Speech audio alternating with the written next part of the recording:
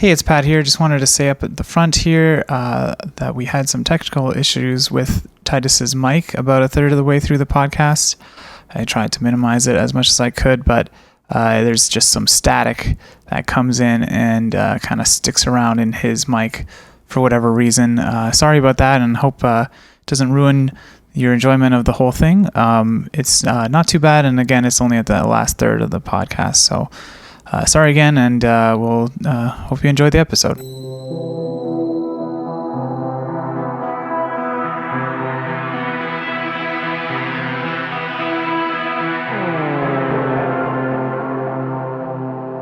Hello and welcome to Dark Future Dissection. My name is Pat, and I play DP. And I'm Lindsay, and I play Barbora. And I'm Titus, and I am the DM/referee.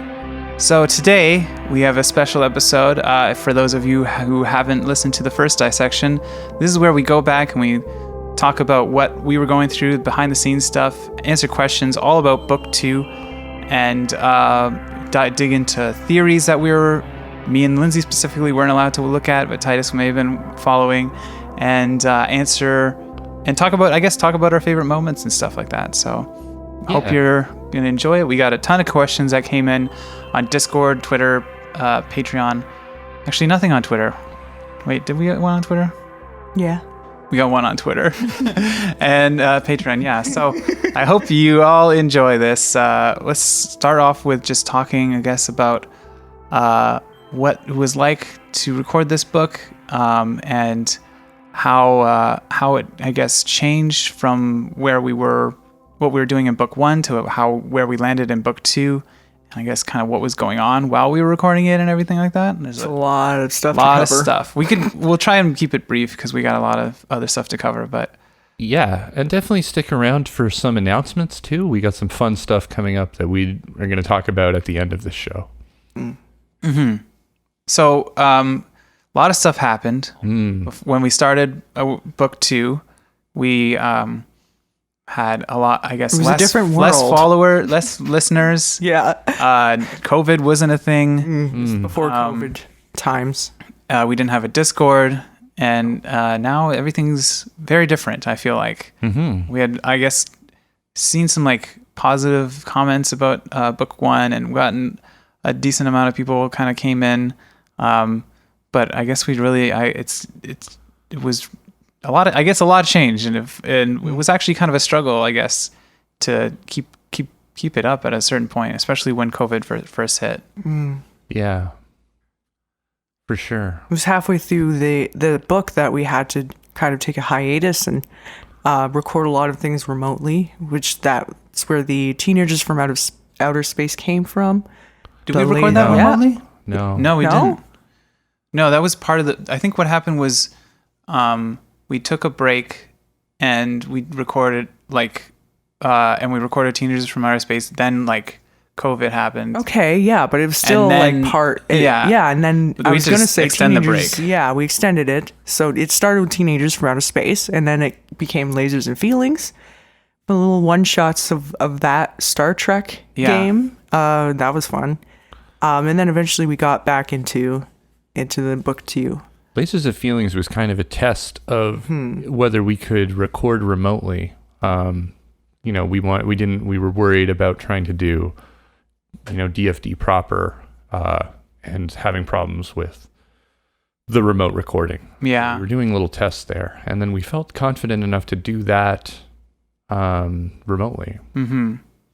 Yeah, it was tricky. We also had to order a mic and everything because we weren't happy with the audio quality that we were getting with the current mic that you were using over there. So that was another reason we wanted to wait and test out the mics, and then the new mic with Lasers and Feelings. It was just, it's not, I guess, the hardest struggle that anyone had during COVID, obviously, but it was definitely was kind of difficult. And then I think you talked about having struggles just kind of thinking about the content of book 2, how that kind of bled into the real world a little bit too much. There was the story contained a contagion that was making everyone sick, and a corrupt police force, and that kind of got pretty close to home, and I hadn't really, when I wrote that stuff, it wasn't so, I guess, out in the open, and COVID wasn't a thing yet. Yeah. Yeah, and then it kind of was. Yeah, then it kind of was. But I think that was kind of a struggle, but I still think that, we went through it, and it ended up being something I'm really proud of. Yeah, I feel like looking back, I really liked book 1, but when we got, now that we're here and we finished book 2, and I even felt when we were in the middle of it, I was like, this is stepping it up to the next level. This is going to sound navel-gazy, but this is the whole thing. This whole episode is going to be navel-gazy. Yeah, we just have to admit that, we're here to maybe pat ourselves on the back a little. But, I think the book 1, we've talked about this in the first dissection, but Titus has said to us that we basically guessed Callista Maddox's location. Oh, spoilers, by the way. Spoilers for everything. Oh, yeah. I guess we should say that clear. there's going to be tons of spoilers. We'll put that in the description so everyone knows what they're getting in for. Yeah, but you said that we basically had guessed the position of Callista Maddox, and you just kind of was like, okay, well, I gotta be true to where I said she was going to be in my notes and stuff. So that book was really cut short, even though I still think it was a satisfying story, but because this one took longer and it was able to breathe a little bit, I feel like we got deeper into the characters and we got able to tell a more nuanced story and have highs and lows and more intense comedy, but then also more serious moments and stuff like that. So yeah, it feels like a weird accomplishment in that you can't tell anybody why it's good. Yeah. I think the other thing too is that you both were a lot more comfortable role playing when we recorded book 1. It was the first time you guys had ever done anything like that. I was a lot more comfortable GMing the two of you. The production of the show noticeally went up, not that book 1 is still a great listen, but I think we just stepped up our game in terms of the post-production that we do on the podcast, and that was a big thing. And I just felt confident to maybe try something a little more complicated. I mean, I guess book 1 could have ended up being something different depending on your player choices, and that's what's kind of exciting about it. You know? But this time, there was just a lot more story to this one, and I had a better idea, I think, of, even though it's still kind of a crapshoot, of how long, how much content would have to be in each episode, or how much content would generally make up a book, and and it's twice as long too, So I think we just had more stuff to work with, and the characters were coalescing. You guys didn't really know each other as characters in book 1, and Alloy Knight and Sleazy Chan were just introduced in that book, and that kind of team of TLB, that whole concept kind of grew and became something in book 2, which is there's really a lot cool. more of a close relationship between all the characters, I felt.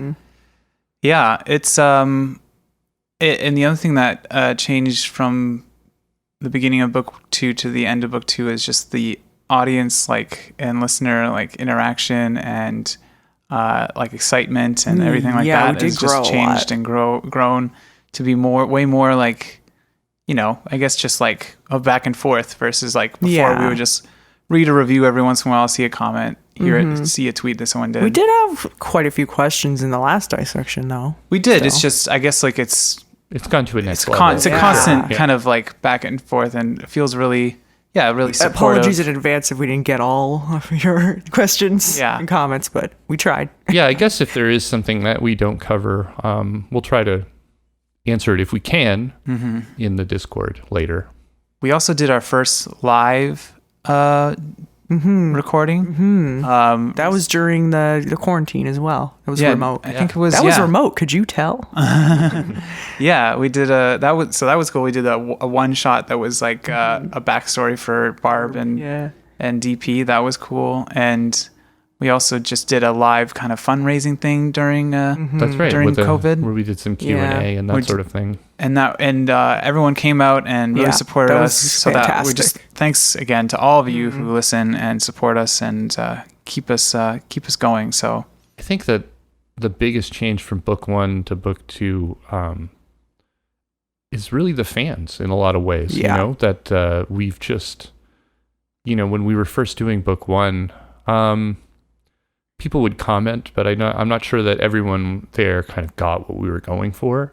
And now it's really like our fans have really become a reflection of the kind of thing that we want to do. And so I think it's amazing that, you know, we found each other in that way, that people that are interested in the kind of podcast we're making have found us and are able to listen to that kind of podcast, and we're able to double down on those things that we love to do, you know? It just, it does give you more confidence to just be like, this is what Dark Future Dice is. It doesn't have to change based off of like, well, we're not getting enough like interaction or listens or something like that. It's like they like it for what it is. Yeah. And it is not like a regular kind of cyberpunk podcast. We do kind of bring like a weird thing to it. Yeah. We recently had a little convo with Dennis Higgins, and he was talking about what he's a fan of the show. fan of the show. If anyone doesn't know, go say hi on Discord. And he was like asking about what our approach is and everything like that, and he we got talking about like the differences between our stuff and Baby Beard Media, Roll to Cast, who is cool another Cyberpunk podcast, and check then them out. Polygon has a podcast, and that's Cyberpunk, and how each of us has our own kind of different take on like how the Cyberpunk 2020 like let's play or real play or whatever you want to call it. It's actual play. And it's just kind of, I guess that made me realize that we have our own kind of approach to it, and it's kind of a mix between just absurd jokes and comedy and self-deprecating humor and like serious stuff. And I don't know, it's hard to nail down, I guess, because other people have that kind of thing. Point. Yeah, it is. And it is a nice mix of just all of our personalities and eccentricities coming to life into one thing, you know. For sure. We're each throwing something into the stew pot or whatever you want to call it, making that soup. That good soup. That fumble soup. Fumble soup. Yeah. Okay, so let's get into some questions. Okay. Because we got a lot to go through here. Most of them are directed at Titus, so it's going to be a lot of me asking Titus your questions from Discord and Twitter. And then I'm going to probably jump in and try and get some elaboration, maybe. Yeah, for sure. The first question comes to us from Kieran on Discord. He asks, what snacks are you bringing to the barbecue? I guess just for some context to that, when we reach 100 members on our Discord, we are having a TLB LTD fan club barbecue. Not a live one. No one's risking death or having to come to Canada. Yeah, we would die if we did it in here. But we are definitely having some kind of. We're going to do something special when we get to 100 members on our Discord, and we're only 20 away. Yeah, we're pretty close. Does potato salad count as a snack? Oh, for sure. Yeah, I think so. Wait, you're taking potato salad? But I make a mean potato salad. Yeah. Maybe, okay. You make it and they'll take it. As long as someone takes potato salad, that's fine. You can have potato salad. I'll take something else. Well, okay. I'll take potato salad because we're trying to be vegetarian here. Well, Pat and I are pescatarian. It's we eat a fish slippery and slope. eggs. We're trying, but then you also bought pancetta for dinner tonight, so it's not working out so well. We're mostly vegetarian. Right. Getting there. Yeah. I think I'm gonna. There's a lot of dietary restrictions over at Titus is over keto, and we're vegetarians, so we try to make it work with the fish night. So far, it's pretty good. Yeah. Bring some orange slices, just in case anyone wants like a break from soccer or something. You know, You're bringing orange slices. You have a barbecue, play a little soccer. You need a little break. You suck on some orange slices. We're playing sports. Okay. Oh. No one's playing sports at our barbecue. Yeah. Who are you kidding? We don't play. We'll sports. play tabletop sports. Foosball. Someone has to have made an RPG out of like football or something, right? Like it's just called fantasy The football. weirdest one I've ever seen, and I actually own a copy of, is Street Fighter, the role playing game. How would you role play Street Fighting? I just want to play all of these. You make a character and then you fight people with role playing. True.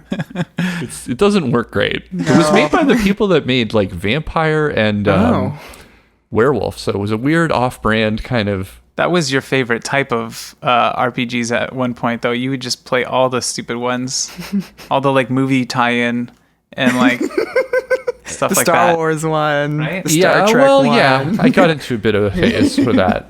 I played the Serenity or Firefly one. You watched Firefly? Yeah. Oh, I played the role-playing game, Lindsay.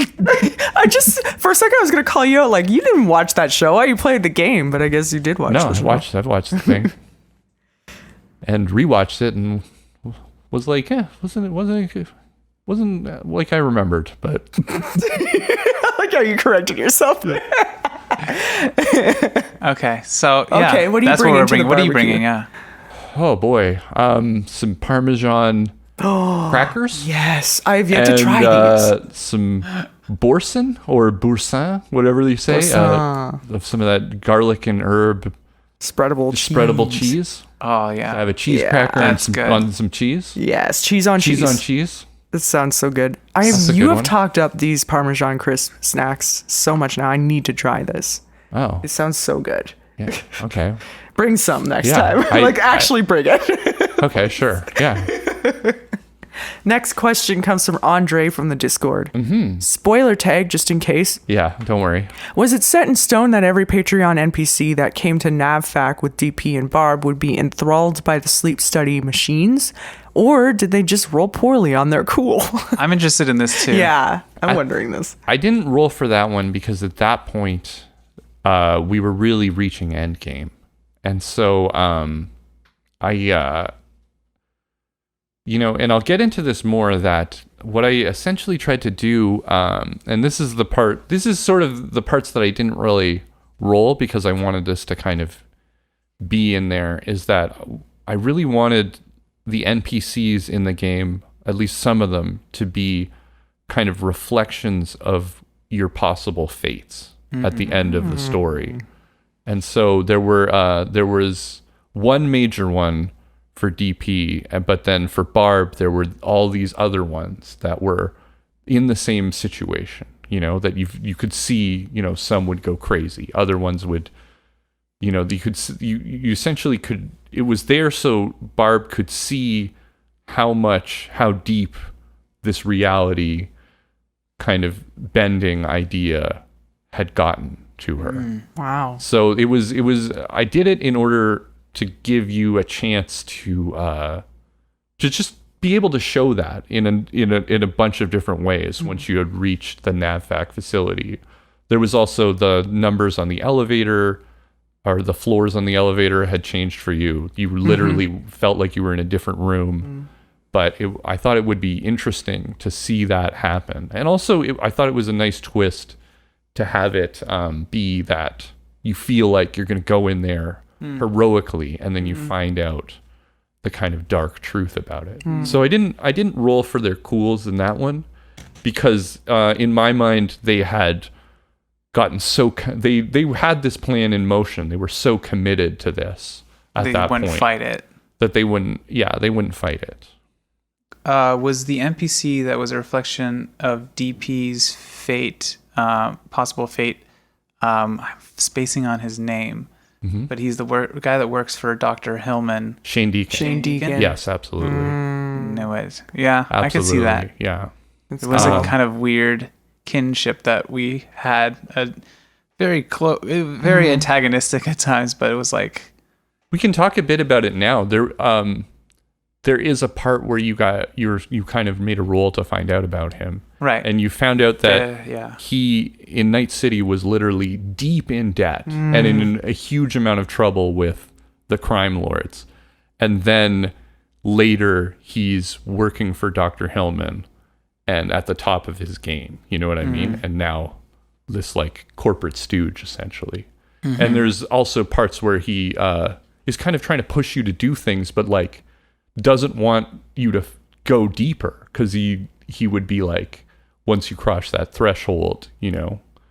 Right. So he was supposed to, I knew that would push you to kind of want to know the answers, but it was very much like and it's something that we can talk about, you know, we were talking about sort of proudest moments, and I wanted to mention Shane Deacon because he kind of like, you know, is just like a workhorse NPC that doesn't really stand out as being everyone's favorite, but I feel like really did kind of move the story along in interesting ways. I think anytime he showed up, it was like, well, we got to make decisions now. Like, yeah, for sure. Yeah, I never knew what to make of him, honestly, when I was playing. I was like, is he bad? Is he good? What does he want from us? Yeah. He was tough to read, and I like literally, I failed multiple times to read him. Yeah, which I thought was really interesting. But I always had a clear idea that he was pushing you because he had, you know, he's working for Hillman, and you have a job to do. But he also knows that you could, you know, like you could become him essentially. And once you cross that threshold, you're going to become him essentially. Right. Yeah, that's interesting. Next question. Okay, next question comes to us from Casper from Discord. Great stuff. I have 1, 2, or I guess a few, probably for Titus. Questions. How does Dr. Hillman's drug stuff work? How could it make Barb and DP see the same kinds of hallucinations? We'll start with that one. So it's the drug doesn't make you see hallucinations. It's what happens if we go by the timeline of everything's real and this isn't all some simulation, which is, I think, still a valid theory that we can talk about later, right? But it's just another form of Gorgon. Right. You inject yourself, then that's where these time jumps come in. You're not hallucinating because of the drug. You've just rendered yourself helpless. And then the hallucinations are you inside the simulation. Right. That's what I kind of figured is it's like, it's not a drug so much as you're inoculating yourself, sort of. Like you've got the stuff in your system that allows for them to like integrate you into the AI. I really thought of it as just, you've actually just frozen yourself. You know what I mean? You inject it and then they come and collect you later. And so there's this huge time jump of when that you guys don't feel. And I've wanted to play with that a little bit because we literally don't do a lot of time jumps in our game, that I would sort of hide time jumps or hide times that I didn't want to deliberately let you know what was a simulation or what wasn't, you know? So the drug doesn't make you, it's not that you are having some dream at the same time. It's that you've essentially frozen ourselves. Yeah, it's just essentially Zygospora just was like, when you're done, you know, inject yourself with this and it'll be super easy for us to come collect you. Right. It was just that dirty trick, you know? Yeah. There was a detail that I noticed when I was editing. When I injected Claire's blurs with the serum, I noticed there was like, I asked like, does she seem like she's getting better or something? And you said, no, but now she's blinking. And so before her eyes were like straight open, like completely open and not blinking. And then when I injected her, she was blinking. So I was like, I didn't notice that at the time. And I thought that was like, you know, what I just thought it was like, she was okay. She's starting to get better. But then after the fact, when editing, I was like, does that mean that like she's now in like she's now in a brain dance or something, right? Like she's now able to, like, she thinks she's seeing stuff or whatever. Yeah, she's just way more susceptible. You know, it's like Gorgon, I guess, is like the first version of this. And, you know, if you think about Dr. Hillman essentially took her research that she was doing in Chromotech and continued it. So, you know, and it's something that I wanted to like point it out in a kind of subtle way is, you know, the great philosopher Psycho Diogenes and his work with Vapor Harmful, the,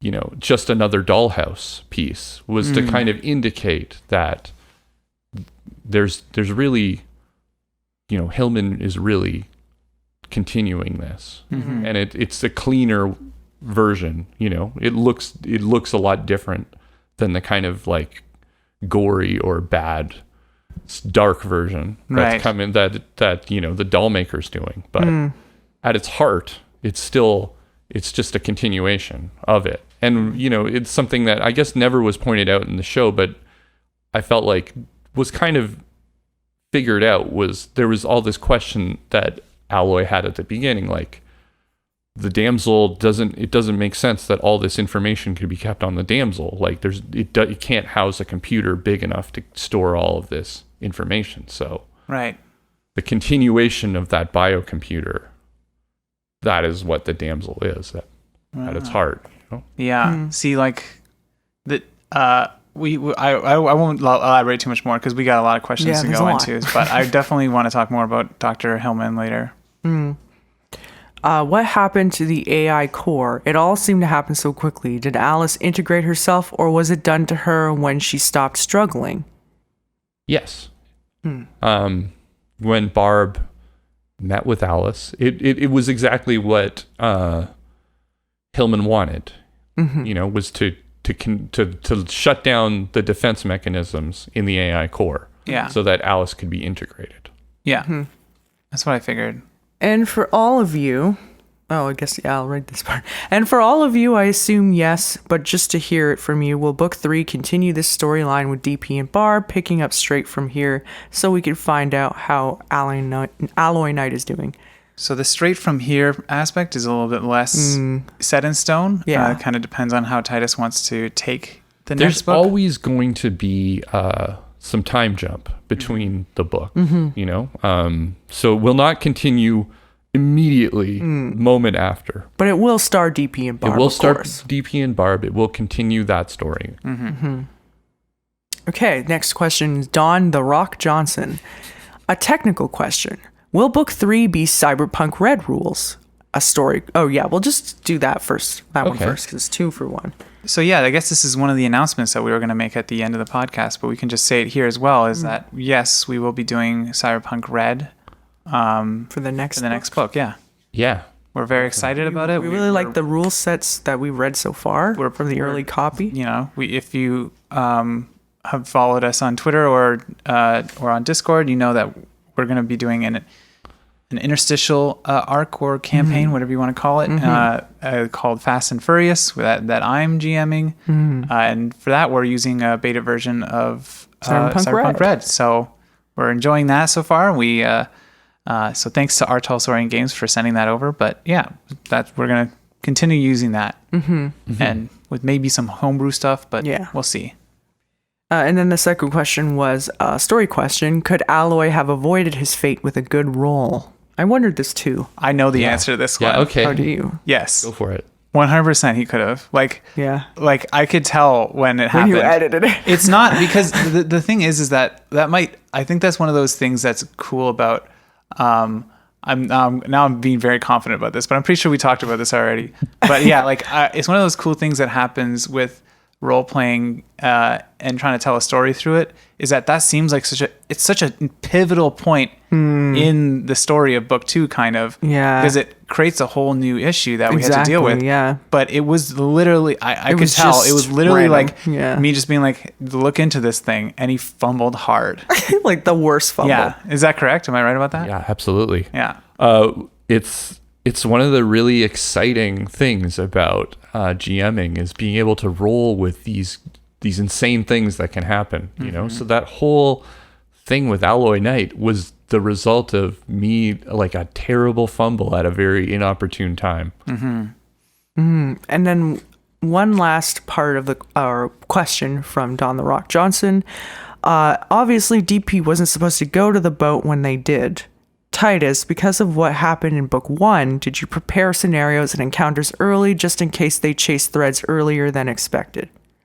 So, in a way, like, the idea of Dr. Hillman, her character, her motivations, all of that was very early on in this whole story. And she's kind of been this specter behind all of the events that happened in book 1 and certainly, and even more so in book 2.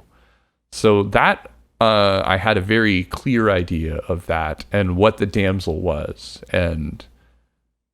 But in terms of the actual meeting with Dr. Hillman, it was unexpected.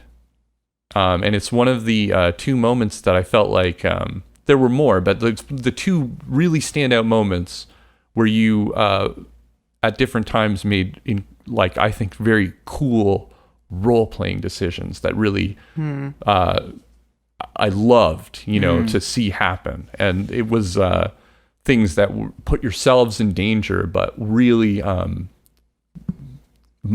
motivated by your characters. And I'll talk about the other one later, but I wasn't prepared to do that scene then, so it was very lucky that it was at the very end of an episode. Yeah, it really worked out. So that I could kind of prepare something for it. Yeah. But it was one of those lucky accidents, I guess, like Alloy Knight, And it was, I was just hoping somehow we would get to meet Dr. Hillman in this book, I'll talk about it a little bit from my perspective, where I could kind of tell that I was being kind of like, don't go here. And maybe that's just like something that like I get inhabited when I start to like really, it sounds cheesy, but inhabit like DP and get really invested in the story.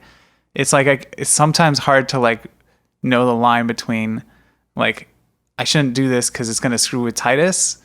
And I shouldn't do this because it's going to screw with DP, Dr. Hillman, and Shane Deacon's plans. And I'm like, I won't. Well, and even if I do think, well, it's going to screw up with like Titus's thing.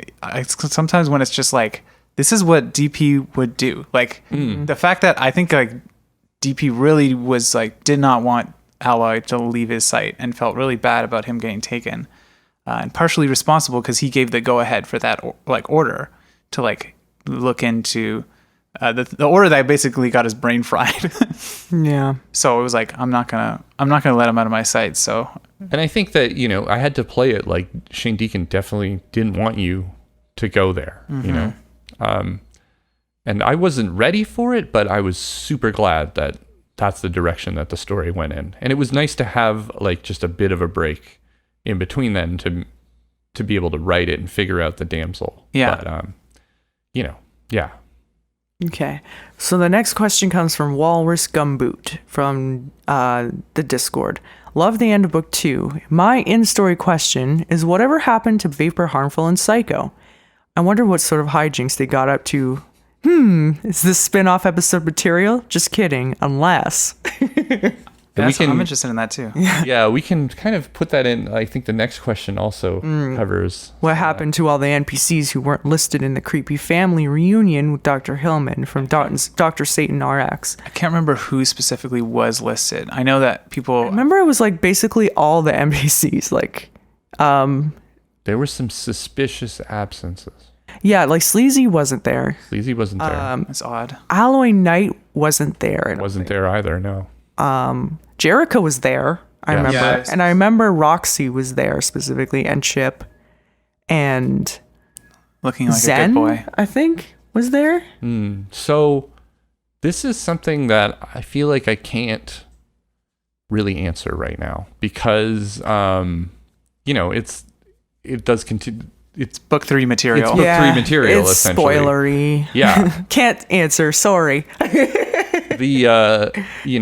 there's definitely some thought behind who was there and who wasn't, essentially. And that's all I'll say for now. That's stuff for book 3. Okay, so the next question is a several-parter from Hello, I'm Max. So, number 1, I think it was at the bar when we met back up with Greta, according to a source that was contacted the Daughters of the Storm about a week before the accident.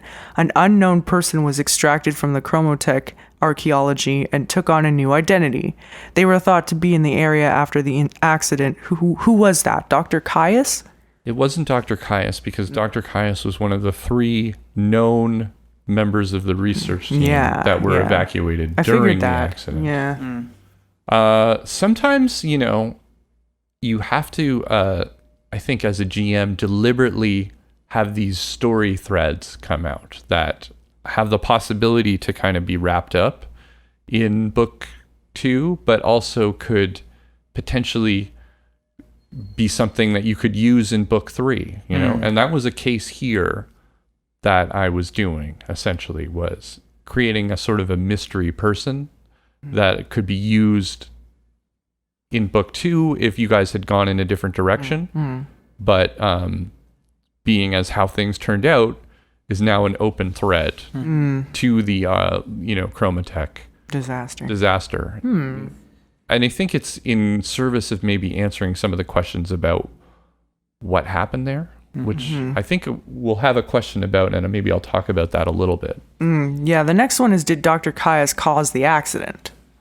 So what I'll say about this is that one of the themes that I really wanted to do in book 2 was the theme of kind of things repeating themselves, and it's something that I tried to set up with Jane Sokola in the prologue, was that the island is this kind of place where, or the series of islands and the ruined arcology is this place where the same mistakes are made over and over again.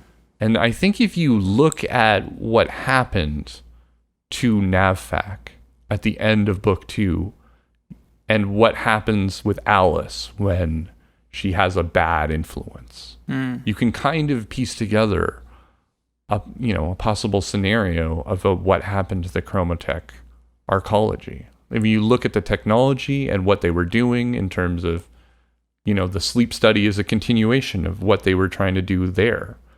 And we know that Alice has kind of 2 sides that she can be in. Like, there are people that she connects with a lot more. And one side is the kind of Dr. Caius side, and the other side's the Callistomatic side. And so, in a way, he is kind of responsible for what happened there, in that he was a bad influence on her. But I don't picture him actually blowing up. No.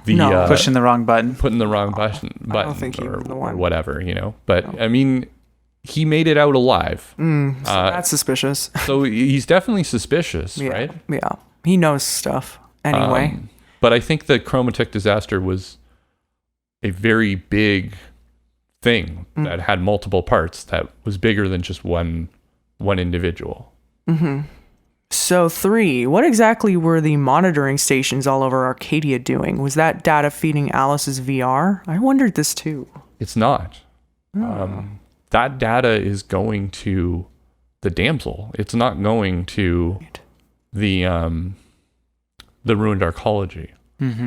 This is the continuation. The damsel is housing a new version of Alice, right? And what they want to integrate Alice into. Yeah. Okay. So that data is part of what, it was talked about, I think, where you guys found out that there is a simulation that is going on over Arcadia. Yeah. And it's based on Hillman's speech. It's in service of trying to create a better world.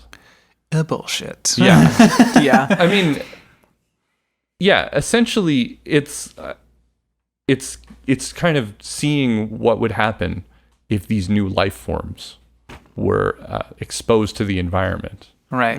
And so running simulations of possible evolutions of Dr. Hillman's experiments, and what would that lead to? Disaster on Arcadia, or would it lead to her paradise, essentially? Okay. Right. So 4, isn't Aaron in the NavFac while all the Dollmaker things are happening? So was he controlling the soldiers through his connections in the glitch? So me and Lindsay, maybe this is something we could do every once in a while. Is me and Lindsay were theorizing on this, so maybe we can say what we thought was happening. I'd love to hear, actually. And then you can answer with what you were intending. Like I was saying that it was the Dollmaker controlling those puppets. And then I can't remember what your theory was. I can't remember. I thought he was just connecting to these entities through the like connections to Alice. Yeah, like and I guess the other theory was maybe it was the Petrochem Defense Force that were controlling them. But yeah, because there were several times, like there's that time when we went into the scrub zone and like someone in like a fancy scrub zone suit went in. Yeah, like, there was a talk stuff. of like a guy in all black with a speedboat. So that could probably just be a Petrochem soldier. But it could have also been a puppet. So yeah, I don't know. What was your intention there?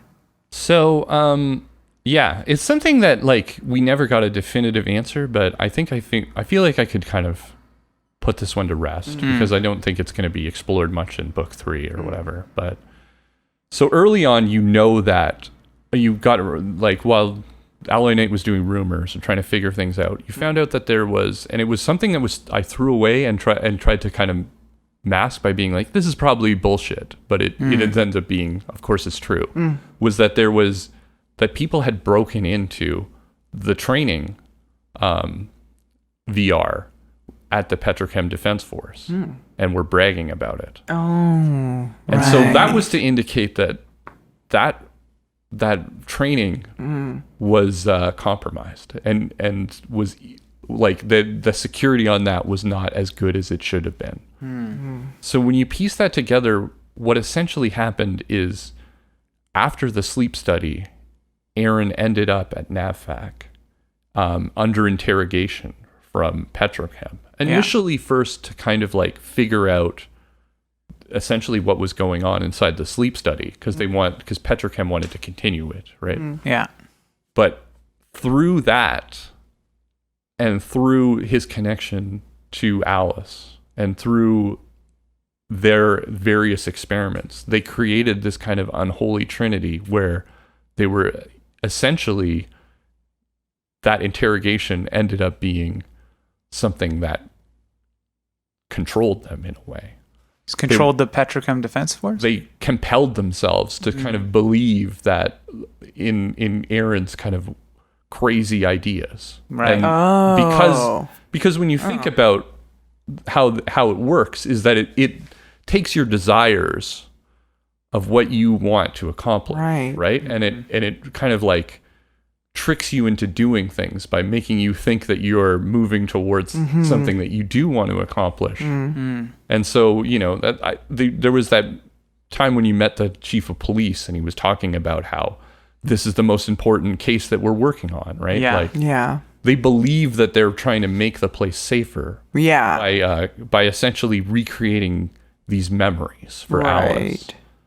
Oh, so the police force was also involved in scenes. They were the ones that were literally setting up these scenes, and they also were the ones. And this is, you never made it to the medical wing of the NavFac facility, but they were there. I think that the chief of police may have mentioned like new enhancements that he was talking about, and that is essentially they were turning officers into the doll soldiers. Doll soldiers? Oh, gross. Creepy. Yeah.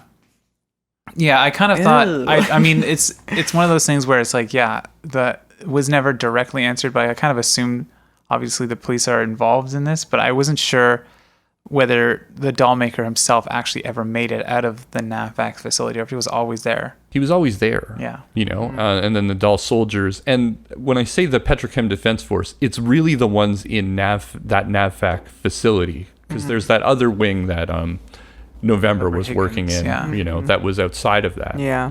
But this one had become like this, it was consumed by the sleep study. Were they the same people we were spying on that were hooking into the data term? Yeah, absolutely. I figured, right? Okay. They were trying to, Aaron talked about how you can cut up Alice into pieces, but like a sea sponge, it's always going to try to reconnect, right? Mm-hmm. And so that's they're trying to like get back to the main AI core. You know what I mean? They're trying to like connect all these disparate ideas in their heads, right? Mm. So it was kind of like this, and it's interesting that you guys never, I think maybe November Higgins kind of like shielded that a little bit. Mm-hmm. It was this helpful kind of character. So you were so suspicious of Biotechnica, which rightly so, I guess, in a lot of ways, mm-hmm. right? But it was the Petrochem Defense Force was essentially doing this. The NAVFACs, the ones working at NAVFAC. Right. Okay, 5. What did DP and Barb miss out on by giving the door key/ID badge that DP found at the mall to the inspector? Yeah, so I admitted that this was, sometimes you put something out there and then you forget to pay it off. This was one of those moments where I definitely had the idea that it would unlock a door. An important door, and it was probably going to be in the NAVFAC facility. Oh, okay. It just never, a lot happened, and it all happened so, like, there were a lot of things to juggle, especially between, I think that the opportunity for it to have been paid off was when you guys had split up, so I was juggling kind of these two storylines and trying to make them all weave together, and it's just one of those things that I just completely I completely forgot about it too, to be honest. When you think about it, like sometimes people come in and they listen to these episodes back to back if they mm-hmm. haven't been there from the beginning, and they're just waiting for something to pay off. You kind of forget that we recorded this whole book over the course of a year. So it's some of the stuff that happened in the beginning. I'm just like, apart. Oh shit, that was a thing. I completely forgot about that thing that we were curious about at the beginning. Mm-hmm. Okay, and the last one is, what was the purpose of setting up the scenes?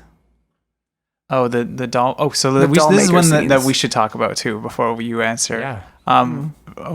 Like I was saying that my theory is that they were trying to recreate the events that happened before the disaster. Yeah. So that they can kind of go back in time and stop it in a way. It's basically Aaron's like insane idea that Alice is beyond time. So and like if you just recreates those memories, then he yeah. can change them or something. Yeah.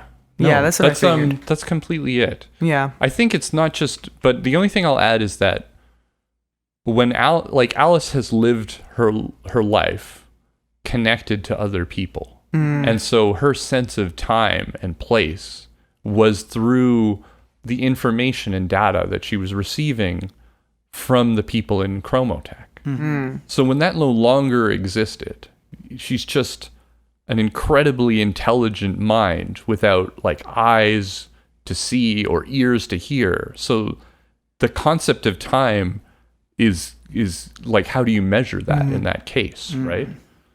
So it's not just Aaron, but also Alice doesn't understand that this can't be stopped anymore. That this thing has happened and time has moved on. So she's trying to, desperately, she wants those memories because she's desperately lonely in a way, right? That she doesn't have that connection anymore. So she's reaching out for it. Mm-hmm. And then when you combine that with someone who was destroyed by violence and war, I think that's what created this kind of like, terrible way of putting it. And Alice, I think, says that she didn't really understand that till she could see it through Barb's eyes. Yeah. Yeah. Okay. Then the next question comes to us from That Thought Sleepy Cloud on Discord. Yep. Are you guys going to do Cyberpunk 2045/Red when it comes out, or stick with 2020? We already answered that. Yeah. And could we get full body portraits of characters that would help fan art people a lot? I think there's There's kind of a full rough body full for body DP portrait. and, We'll move and on Barb. because that one was Yeah. already our great mod Kieran already shared some full body art. But for anyone who's available. listening who doesn't know, there's artwork available on our Patreon exclusive, but also we share a lot of the campaign materials on our Discord. Yeah. So going over. we try and get as much artwork as we can, and Yeah. Lindsay makes some great I do the most of the exclusive Patreon artwork for the exclusive. Patreon. But the campaign art is usually handled by Titus. So next question is you. Okay. I'm out of. Okay, so the question is, how did y'all meet? What made you decide on an RPG from the Cyberpunk genre? And do you play any other RPGs? So How we met is a long story, but it was years ago in a little college course called Independent Illustration here at Seneca outside of Toronto. And we were all set to study and then get jobs, I guess, in the illustration industry that we quickly found out didn't exist. So then we started just kind of collaborating together on kind of projects here and there. It started as a podcast initially. That was Pat's idea to have a podcast where we just kind of shot the talked about shit. random crap. Yeah. It wasn't really sometimes it was about focused. we'd talk about our current projects that we were working on. That kind of died off, that podcast, and became a bad movie podcast where we watched bad movies and talked about that. But that didn't do very well, so we killed that. Made cartoons for a while. Yeah, on YouTube. You can YouTube. probably still find them on our channel. They're still public. So Yeah, some of them are pretty good. Some of them aren't. some of I them guess. aren't so good. Yeah. And then started when we kind of decided to leave YouTube, we thought we'll make a game, and then we'll also finally do this thing that we've been talking about, which is just like Play an role-playing, 'cause, RPG. Yeah. I guess it's just something that had become more like popular. People talked about D&D and stuff like that more, and me and Lindsay were like we'd never played one, and Titus would talk about playing his Cyberpunk 2020. 2020. Yeah. Well, that's the answer to that. Well, I guess that part of the question. what made you decide on an RPG from the Cyberpunk genre is just that Cyberpunk 2020 is my favorite game. Yeah. Yeah, I've loved it. Since it came out. Well, I mean, since I got a copy of it. Okay. Yeah. Canada is 10 years behind America. So. Yeah, and it had been out for a while, I think, by the time I was old enough to play it, but I had always loved it. I never was really much of a D&D person, not to shit on D&D, but just... That's for another time. Yeah, I guess I've just always been better at coming up with stories that kind of were in a sci-fi universe than in a fantasy one, I suppose. And Cyberpunk, I love the Cyberpunk genre, and I really loved Cyberpunk 2020 because certainly when I was a teenager, there weren't a lot of games that had interpersonal mechanics on the level that Cyberpunk did. And I always thought that was cool, and I could always imagine kind of a desperate gunfight more than I can imagine wizards and magic and that sort of thing. It starts to get pretty hard to picture. And so you would talk about that, and we were like, oh, that's cool, because we didn't know anything about any of that stuff. And I knew, we were kind of familiar with the cyberpunk film noir genre. well, obviously we'd watch Bladerunner. Yeah. And, So I was already more of Akira a and fan, of cyberpunk as just a genre overall, too. I was never that big of a fan of, Lord of the Rings or anything. Well, Right. I mean, I love Lord of the Rings, but so do I. I also don't really have it came down to a kind of a class thing too. To say that at the comic shop they sold one book for Cyberpunk, and it was like, oh, you get one book and you can play Cyberpunk. Yeah. And everyone I knew who was into D&D, I'm sure you could just play with maybe the core rule books, but everyone I knew had at least 6 D&D books and super nice dice. So I I went with Cyberpunk because it also the art appealed to me, and I really like the art. It's just like that kind of gritty world, and the idea that like I've always had a hard time in kind of the role playing world of understanding level ups because as I've aged, I haven't got more hit points. I got less hit points. You probably got less of anything. Once you hit, but you're not going out there fighting dragons and no, you're not getting those games. You're not doing games. You're not honing your skills enough. For sure. But no, then basically it's a classic Rocket Adrift story. We were like, we're never gonna play this game unless we make it work. So we turned it into literally work. So we turned it into a podcast, and we thought this will be a cool way to keep putting out something regular while we work on this game that's going to take a while. And also like having fun while doing it. Yeah, exactly. We really didn't have any plans for like growing it, or like we didn't have any expectations of people listening to it, really. Yeah. None of our other podcasts. No, exactly. We're kind of burned from that, like talking into the void, having a successful podcast in any shape or form. So it's amazing. I'm so glad that people get a kick out of this because we really did it for fun. Yeah, sure. Okay, the next question is from Zetz. Was any of book 2 just a dream drug state that didn't actually happen? I'm curious about the transition to book 3. So this is something that it seems like you wanted to keep a little vague as well. Yeah. Well, I just want to say that that's a legitimate interpretation of book 2, is to think that... what happened, really? Well, or that the parts that are meant to be real are a simulation, and the parts that are meant to be a simulation are real. Right. Mm-hmm. That like the parts where you're dreaming are when you're actually encountering the AI that's controlling the simulation, and the parts where you're talking to Dr. Hillman is you talking to the person that's running, the admin of this simulation. And this was all in an effort to integrate Alice into the wider AI,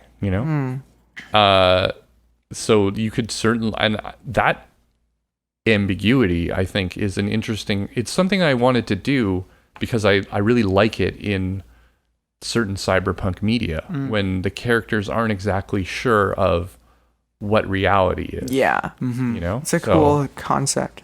Yeah. There's another with Cyberpunk part to this. Is Zygoptera going to continue to be a big role and fuck with their heads?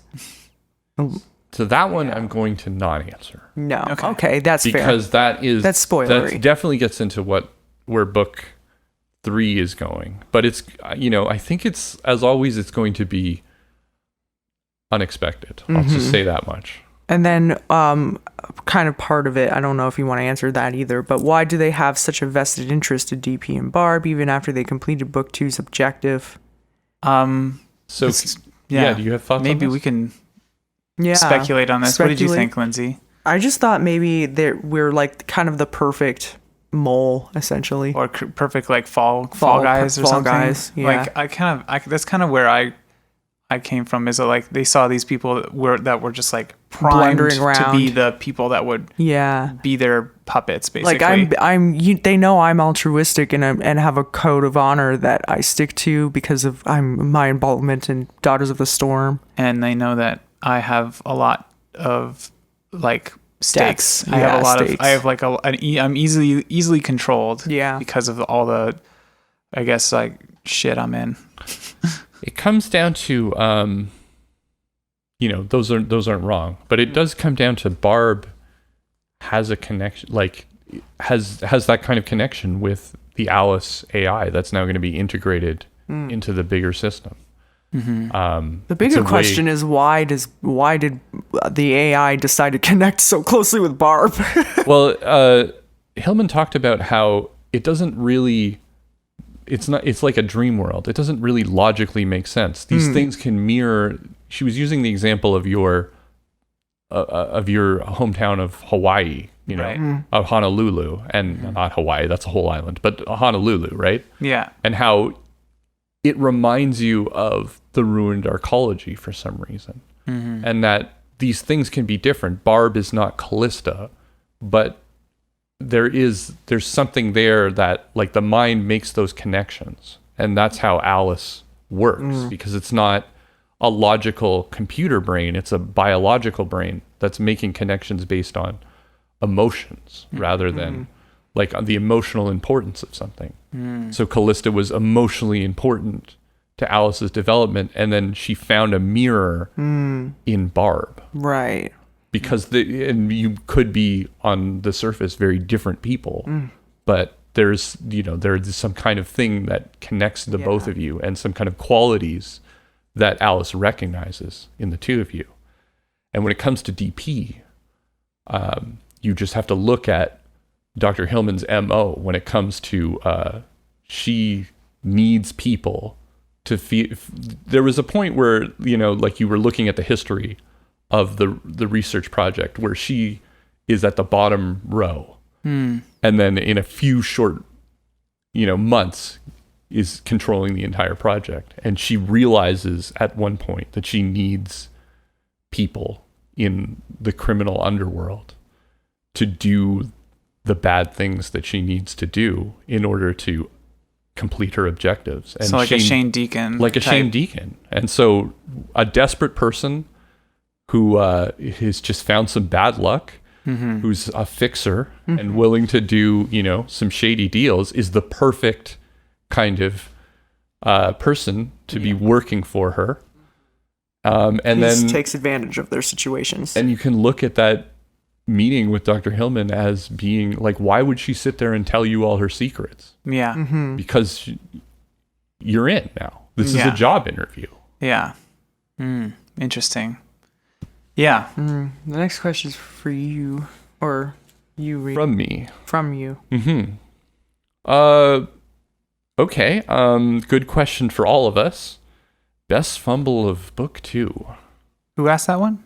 That's from that thought Sleepy Cloud. So this one's hard to remember. Yeah, there's so many fumbles. I feel like there was a time when we were like fighting. Oh no, it was when I was fighting the doll soldier. The second time, and like I fumbled like so hard on like, I can't remember what it was. Was it like a hold? Was I holding him or something and I fumbled? No, he fumbled.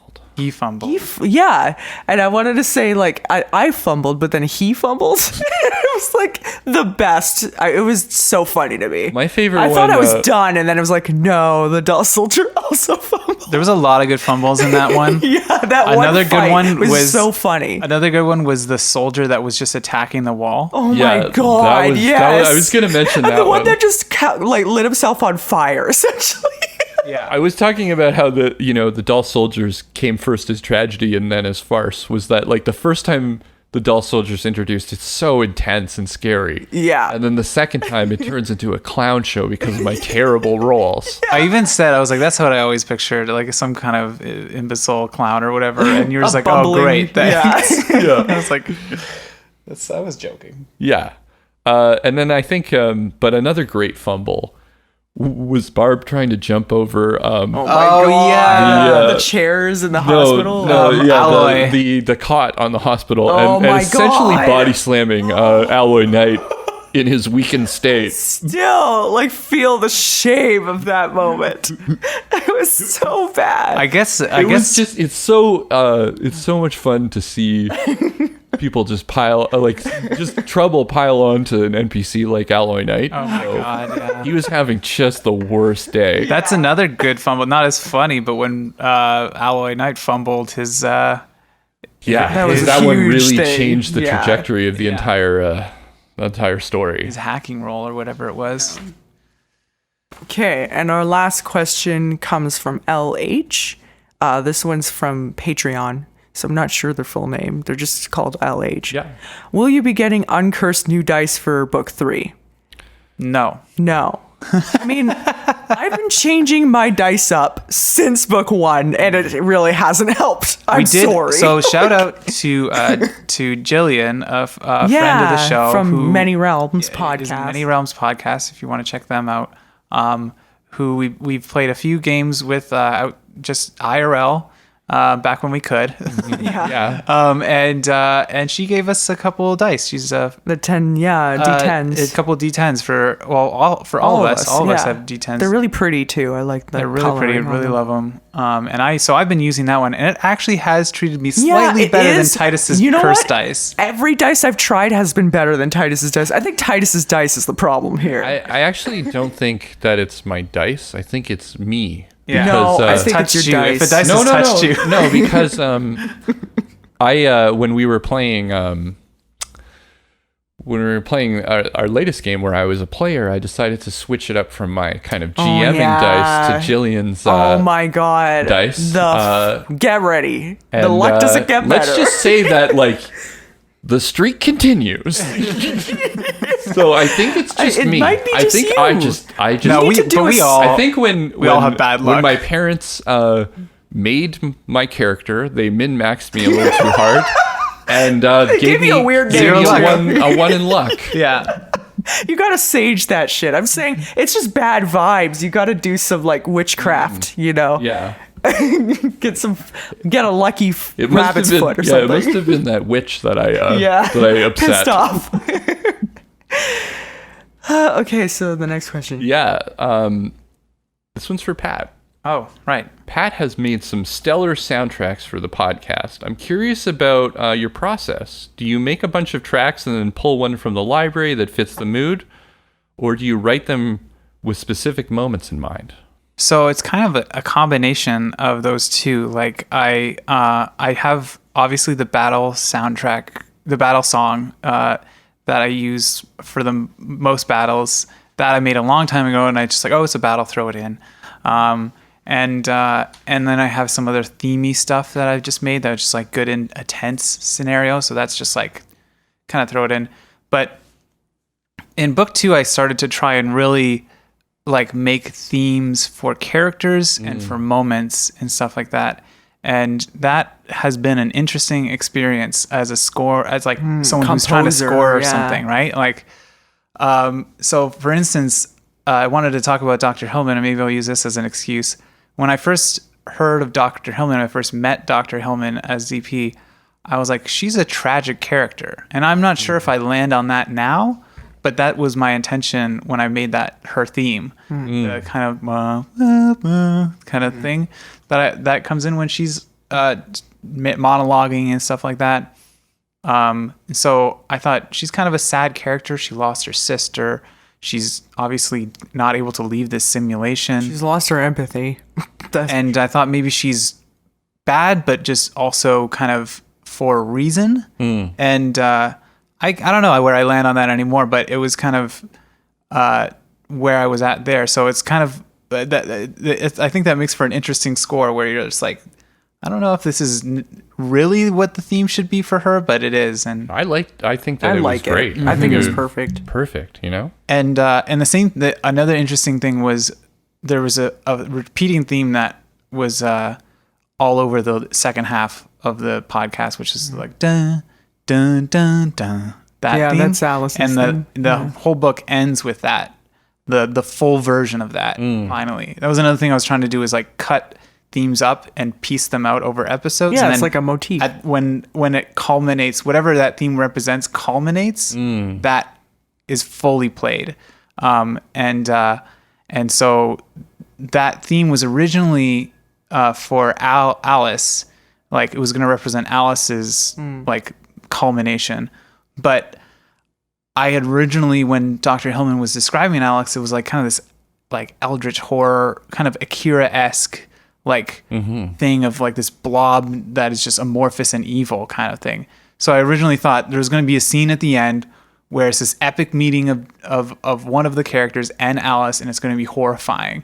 And it ended up not being that at all. So I was so it morphed in my head from being Alice's theme to now it's, I think, just book 2's main theme. Right. And Alice's theme, I made a new one for that. I made 3 new tracks for the last episode. That was probably the most music. Yeah, that's a lot. The most intense music creation I think I've done for the whole podcast. But yeah, short answer, it's mainly making themes for specific characters and moments with a little bit of just just, I don't know, just like easy workhorse score that I put in. Yeah, and it's so amazing that the score ends up being so cool and fitting everything so well when you're kind of learning the story as you go. I think it's been a real challenge, but it's been just amazing to see the score develop. Yeah, it was an interesting challenge. It's one of the most. We'll talk about this later, but things that I'm the most proud of. It's probably where the music has gone in this book. Rightly so, yeah. So another question from Casper, and that one was from Max Fairlam, but this one's from Casper. Can we have another Teenagers from Outer Space?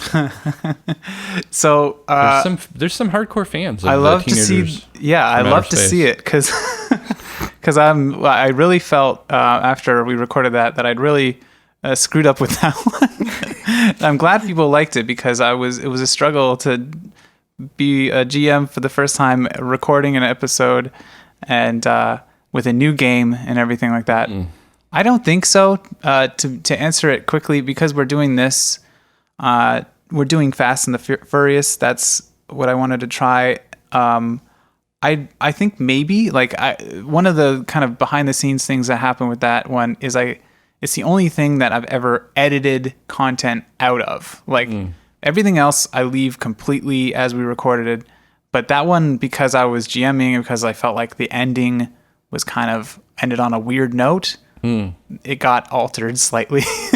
I won't go too deep into it because I guess it's not really about that. But I feel like for the players, it wasn't like an experience that it'd be hard for you to continue where you think the story was going to go because it was all jumbled up at the end. So it might be hard to kind of get back into those characters. I think too, have a listen to this mini arc that we're on, because a lot of the kind of Teenagers from Outer Space flavor of me being a character playing alongside Lindsay and Pat GMing is there, and it's that same dynamic. There's some same dynamic kind of stuff there. So we had a lot of fun playing Teenagers from Outer Space because it was just kind of wacky. I think so. No, for now, but maybe. Yeah, I think we'll try to maybe incorporate some more lighthearted stuff. But, I don't think we would continue that particular storyline. Yeah, I think is what we'd all agree with that. Yeah. Okay, next question. That Sleepy Cloud again. I'm just going to call him Sleepy Cloud. Comes in with, will there ever be a live show? So, as we said before, there was a live show. I mean, a live stream. There was a live stream. So I guess, there's going to be lots of live streams. Yeah. Whether a live show ever happens there's a lot of factors outside of our control, basically, on that one. Basically, if we had the money and if it was safe to actually host a convention where we could do this at. Also, the podcast is doing pretty good, but it's not really at the level where we could, I think, justify put on a live cost. show and everyone would show up. There's, I think we want fans all over the place. And it's hard to, just say be that kind we of really have the to draw. Organize at this point. Yeah. I think we want to get to the point where at our Patreon where we could do a live stream every month. That would be a step towards that. Yeah. That'd be cool. But yeah, we're currently we're just going to stick to live streams. Yeah. Still Grinning asks, why did it take this long to find a #DarkFutureDice? That was a Twitter question that wasn't honestly, to be honest, it was not submitted specifically for this. We searched #DarkFutureDice on Twitter, and that was one of the questions. And I just want to say, I don't know why did it take you so long?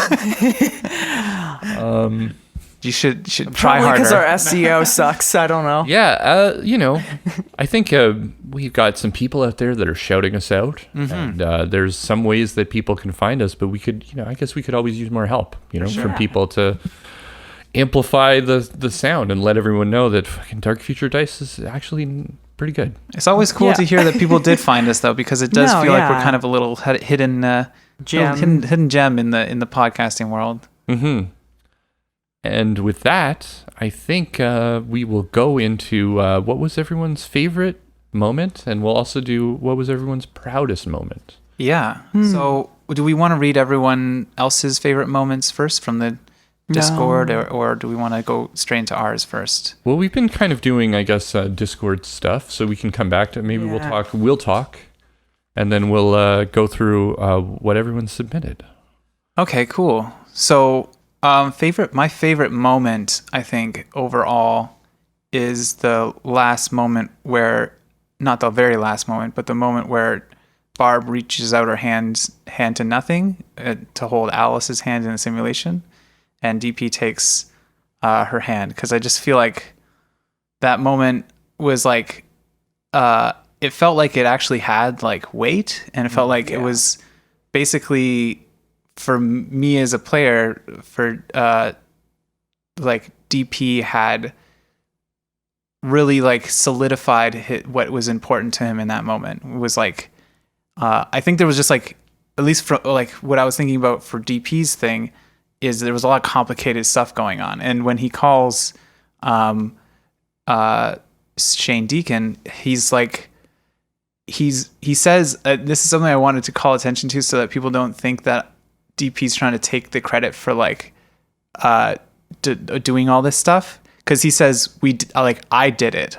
Like Barb's connected, and because in that moment, DP's like, sure, you're dead. Like, and he's like, I caused this. I didn't stop Barb, and obviously it was Barb's choice, and so it's not like DP could stop her, but he feels like he's responsible for this, and he feels like shit about it. So that's why he's like holding her hand, sure she's gonna die, and he's like, I did it.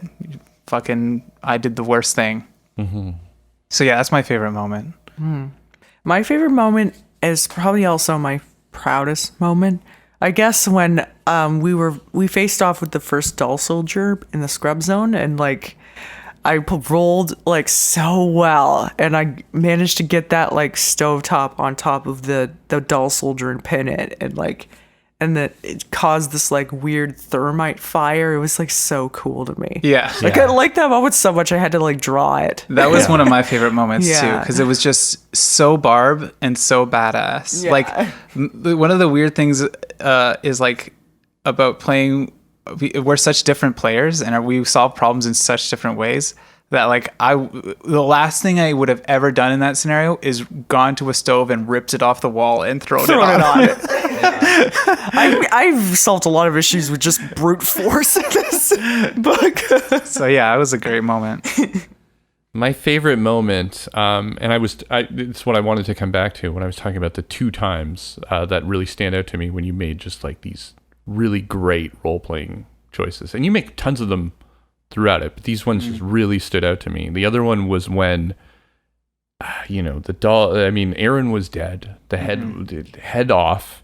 You guys are covered in this stuff that's probably killing you or at least freezing you in this terrible state. And Barb is just like, let's go connect to Alice. Let's finish this. Yeah. I just kind of looked over at Lindsay and just said, that's fucking, like, that is cyberpunk as fuck. That is so good. Thank you. Because this is going to make, that is such a it's so cool to have that last decision that's going to push to the end of the story be this like just great character decision. Like the Barb just doing this badass thing that may kill her, that may screw up forever in service of like, let's finish this, and I thought that was just, really helped me out and really I think made the ending satisfying. But it was also just like, damn, that's great. Yeah. Well, I'm a pretty good player. My proudest moment, I think, is when I won the negotiation. I have a couple. I'll say a couple. My God. When I won the negotiation against so the Christmases at the noodle shop. Because, and I know this is like, it's kind of a joke at this point, like the rivalry between them. Oh my God. Are you talking about the wallet thing? Yes. The wallet and the amazing. shooting the hand off. Yes. There was a lot that went down there. I feel like I get a little bit of shit. Like, not usually it's fun like ribbing and everything like that. But back when we started, I would get some shit about, oh, what's Pat doing? He's so stupid. Like, how did he do this? And those people don't comment anymore, thankfully. But all of you are great now. But like, that was a moment where I was just like, yeah, I can be good at this shit. Like, no one was expecting what I was doing, and that's why it worked. Yeah. It also really worked at the beginning. What book was this? When you...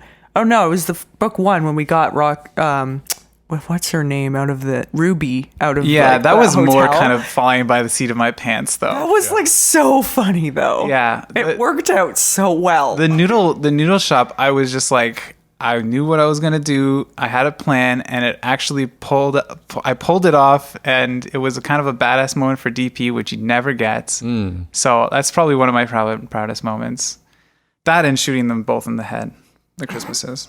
You didn't shoot them both in the head. You shot the first one in the head, and then you shot the second one in the chest, and then you stepped on. But DP head. will tell everybody after you shot both of them. Double headshot. Okay. Yeah. Winners write the history, I suppose. One behind his back. Yeah. The distance will just keep extending with every telling. They were 100 yards away. They were 200 yards away. Yeah. Football field across. Yeah. I had another one that I was gonna say, but also the other reason why that was one of my proudest moments is I fully tricked Titus. Like, like you literally got one over didn't on make Titus. me roll for the giving the one of the Christmases my wallet. Yep. Because I was just so confusing at that point. I confused him so bad. He's just like, okay, what the fuck are you doing? Sure, I'll take it. And I was like, I can't believe I just did that. It was a good one. Lindsay, do you have I guess you mentioned that. Yeah, it was both kind of. I think for me, it was that, just in a general sense, that I was really kind of felt like in book 1 that the villains weren't very strong.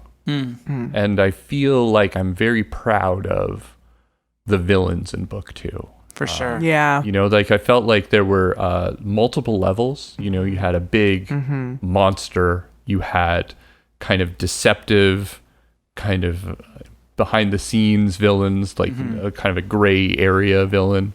And then you had just the annoying prick villains. And, you know, the Christmases. Yeah. And I think that they were all kind of effective in their own way, and in a way that, you know, Dr. Caius or the Marquis de Marriott weren't really in book 1. So I went into book 2 with the objective of, like, I want strong villains, and we had all talked about wanting it to be, you know, the first one was kind of like a noir heist. This one was going to be like a noir horror, and so I think that I kind of achieved what I wanted to do in book when it was like, this is what I think I should do better next time. Yeah. When we were talking about book 1. Right. So yeah. I'm proud that I was able to achieve those things. Not just like I could talk about things that I think I didn't do well in book 2, but, you know, just to talk about what I'm proud of, I think, is that I did achieve the 2 things that I kind of set out to do. And, you know, I think they were good villains. Like, I really think you could consider Hillman and Deacon as part of the villains, you know, and I think that it was interesting to have this deceptive villains that weren't like 100% evil, you know, that were trying to, you know, they wanted to achieve something that sometimes lined up with what you guys were doing, but ultimately is kind of against your interests. Yeah. You know, and they were interesting characters. Like, Hillman wasn't the cackling kind of like mad woman that's in charge of everything. She believes what she's doing is right. Yeah. And Deacon also has sort of a complicated relationship with DP because he kind of sees himself in that. I think the Christmases were just really good at being just annoying pricks. Like, yeah, they were constantly really like annoying, just grinding your gears. And I think that Aaron was a fairly effective, just kind of monster, you know. Yeah, yeah, and kind of a tragic monster. Yeah. Which is where I landed on him. Is that he's kind of tragic. Okay, so should we go into some of the audience favorite moments? We asked everyone across our social medias. We got some great answers. So that Thought Sleepy Cloud says, Christmas shootout in the noodle shop. The one you were talking about. Hysterical. Yes. So like, oh my God. It's so funny. The Christmases, I started off as like a joke that I hated them. And eventually, I just hate them. Like I fucking hate them. I really do too. And I would like talk about it after we finished recording, being like, they're so stupid. They need like, to go down. They think they're so smart. They like tricking us all the time, betraying everybody. But it's like when you betray people over and over again, you're just gonna get bit in the ass. Yeah. And what happened? You got shot. This one was submitted by Jay Gray from Artelzorian, and they've, Artelzorian, and especially Jay Gray, has just been super supportive of the show. So, and it's so cool that they left us a little comment to talk about that. I like the moments with Barb and her sister, and DP's worry about his mom. We don't get to see them just feel so often, so it's nice when we do. Mm-hmm. It was nice. Yeah, so I'm really happy that like this book we got more emotional with it. Yeah, with it, and we put more of those moments in it that book one didn't really have. Mm-hmm. It's nice, a nice kind of like pacing thing, Mm-hmm. Yeah, it was. I think it was cool to have those characters too, because it kind of like gave weight and gravitas to what you were trying to accomplish, and the stakes. Yeah, was that there's family members and people that you care about, and family was also a little bit of a mini theme in the book, with Jerica and her brother and the sisters, So I thought it was really nice to see those moments. Mm-hmm. So the next one's from Arcana Punk. Was that time DP held up the laxative gum and shouted, "Does anyone else want to shit their pants?" in book 2? Was it in book 2? If so, that time. Yeah, it was in book 2. Yeah, it was in book 2. That was funny. That was a fun time. There's that moment in book 2 where I'm just like, where DP's like, it's time to get tactical, which is DP's like stupid solution to everything. Yeah. It's like, the problem isn't that we're making bad decisions, it's that we're not being tactical enough. And so I was like, my new thing's going to be just a bunch of tactical. gadgets. Yeah. So I was glad I got to use one of those gadgets. Stupid shit that we I never tried to used. use each one of them. Oh my God. I kind of love that all of that, that whole bar scene really came out of like, you guys hadn't slept in days. You were exhausted. You had just gotten Sleepy Chan back. Sleepy Chan? Sleazy Chan, yeah. Who was at that point Sleepy Chan. And she's just like, let's just get one drink. Let's go to the bar and get one drink. Just one drink, fine. And she always convinces us. Yeah. And then it just led to this like just shit show that I felt was really funny. Literal shit show. Yeah, that was great. The next one comes from Crystal B. I'm gonna go ahead and say the Arcology dollhouse scene was probably my favorite. Just some good old-fashioned creeping unease with DP bumbling his way through it. Which one specifically is that? The like right after we went to the scrub zone and we saw the doll house. Yeah, that was a good creepy. There was a lot of creepy that whole moments thing in that was so creepy. Yeah, I like that was kind of like the middle of the book almost, and I feel like it was right before we took a little bit of a break. Yeah, I feel like we really upped the ante there. Okay, the next one is from Christian Fish. For me, it was the moment between Barb and Alice at the end, and DP taking Barb's hand. It further shows a very human dynamic that we saw very briefly in book 1, when DP and Barb were first really split up. Yeah, I would agree that. And I'm so happy, like I could not have obviously planned for how things would really end in book 2. And so I think that I was super happy that we all came together and kind of made like I think something that really paid off emotionally in the end of book 2. Yeah. It's hard to do. There's that moment when I tell Sleazy Chan that if she can't like get Barb out of there, she should just go, and she says, "I'm not going anywhere." Yeah, that moment when I was editing, I was just like, "Oh, Sleazy Chan." Yeah. Such a moment of like connection and found family. Yeah. This one's from Zets. Yeah, I think the entire part of DP trying to juggle all of his responsibilities during the noodle shop and Sleazy getting kidnapped. Him just kind of snapping at people was hilarious. If another person with sunglasses yells at me, I'm going to lose my shit. Asking for a specific drink from Betty and Betty not making him a fancy drink. That was, I think it was vodka with a twist. Twist, yeah, or something. I'm not your bartender. Yeah.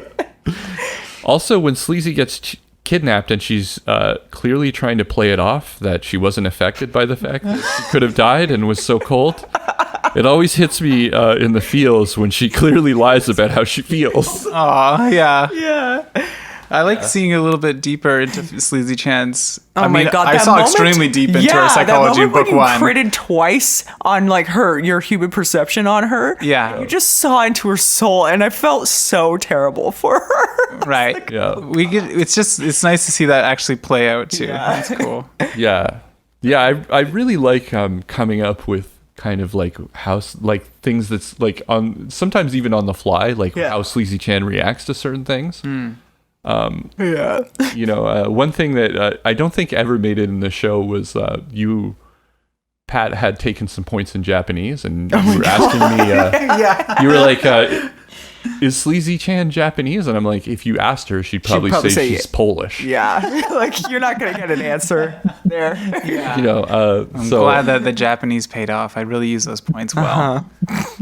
So the next is from Casper. I'm probably going overboard having now mentioned more than just one favorite, but I'd like to give honorable mentions to the first time November and the gang entered the scrub zone and found all the people set up by the doll maker in there, and the first meeting with the fearless Claire's Blurs. That's definitely one of my favorite bits. No idea how to spell that. It's Claire's Blurs, just for the... and basically every single moment Chip did anything. Chip's a good boy. Even if Barb doesn't want to admit it, I think she loves Chip too. I kind of wanted to remind you, Pat, of something that you were going to give me shit for. That maybe this is a good kind of place to come in here. Sure. Is that I think you might know what I'm talking about. No, I don't. It's you wanted to point out that it's not always that I will sometimes encourage. Oh right! Oh my God! Yeah. The derailment of the story. That's right. For a bit. Yeah. And I deny that. I am the ultra serious. Yeah. There's GM. I'm only interested in telling my important stories, so I don't know what you're talking about. The best GM ever. There's definitely like a bit of like a perception of Titus being I mean, and you are a very good GM, so I'm not trying to take any of that away from it. Okay. But experienced. But there's a perception of like Titus being very good at leading us around, and we're kind of like he's derailing us the story all the time. Whatever. And it's like sometimes you just like won't like. I'm trying to move the podcast forward, and you're like, oh my God, you many will times. Not. Yeah, you refuse. Like the whole thing with Chip and like Sleazy Chan and me arguing with you. No, stop trying to insert Chip. No, Sleazy Chan. It was like, don't need Chip. Sleazy Chan. Sleazy Chan. No, Sleazy Chan. Focus. And like Claire's Blurs was just like constant. Like I was like, okay, well, the bit is done now. Let's move on. And nope. No, Claire's we're going Blurs back is to gonna how keep stupid they are. Keep the like stalling joke bit going. And I'm just like, oh my God. Try to get too much information out of us and to try and use it against us later. So it's not. It just lets you know, listeners. It's not always us derailing the story. Sometimes Titus derails his own story. Yeah, you know, and it was a lot of fun to play Claire's Blurs, and I do love those moments, and I do get caught up in them, and it's really hard for me to move on from them. I was dying laughing at the hot seat bit, like. I thought that was such a I forgot about that moment. That is one of my proud moments too, it's because so funny. You did put her in the hot seat. I just didn't know what to do, and then I was just like, okay, I'm gonna just the only thing I can do is turn it back around on her. So yeah, that was fun. And I think that the whole part with November and the gang when you first enter the scrub zone, I think that was a really good litmus test for whether this kind of creepy horror thing was going to work. And I think that it did, you know, in a lot of ways. So it was it was like the whole build up to you slowly discovering things until you finally, and the welcome mat. I mean, this thing that like really stands out as like, what is this, you know? And then you walk into that scene. So I thought that was, you know, it was good to see that we could have moments like Claire's Blurs, and have moments like the Scrub Zone, you know, in the same kind of story. So, yeah. Any other favorite moments, or is that the last of them? There's two more. Just to talk a little bit about Chip. You should. I think, Lindsay, you should give your perspective on Chip as well, because just to clear things up with Barb. Make everything clear, okay? It's Barb is the one with the problem with empathizing with dogs. Okay, I love dogs. I feel for Chip because he's an old dog and he could get hurt. And I was against the decision for him coming along for things because I was concerned for his safety. Right. But also I had to play as Barb, who has low empathy overall. And I think she does have that. It's just a really good choice to have an antagonist relationship with the dog, because I think it's way more interesting. Yeah. So like, other than us just loving the dog, you know. And he immediately got me. won you over. So it wasn't going to be me that was going to be antagonistic with the dog, because like I was like, oh, we wasted our money on this, and Chip's a good boy, and I'm like, I kind of love him now. Yeah. He's just too quick. Yeah. And to be fair, to Barb, you know, it is one of those things that I have difficulty, I think, as like an illustrator, but as also a writer, is making something that is genuinely cute. It always comes off like kind of sad or off-brand or weird or tragic, you know? So Chip is a perfect example of something that could just, in a regular, you know, story written by a, you know, not a weirdo, could be just like a nice dog, but I made like a capable dog, even. Capable dog, you know, but because of my social development, it ends up being a weird, a lack of tragic adjustment. Tragic, sad thing, you know. So it's fair to be frustrated with someone like Chip, especially through the lens of the roles that I got for him. You know? I do want to say that dog's gonna fucking die and we're gonna look so bad. I think the true dynamic of who's really like mean to Chip, it came out when and I think it was like second to last episode when Titus literally said he's gonna have his moment or he's gonna die. Yeah, and I was like, this is inhumane. Well, you have to be mean to your characters, right? That's a writer thing. Mean to the dog. Dog just can't help itself.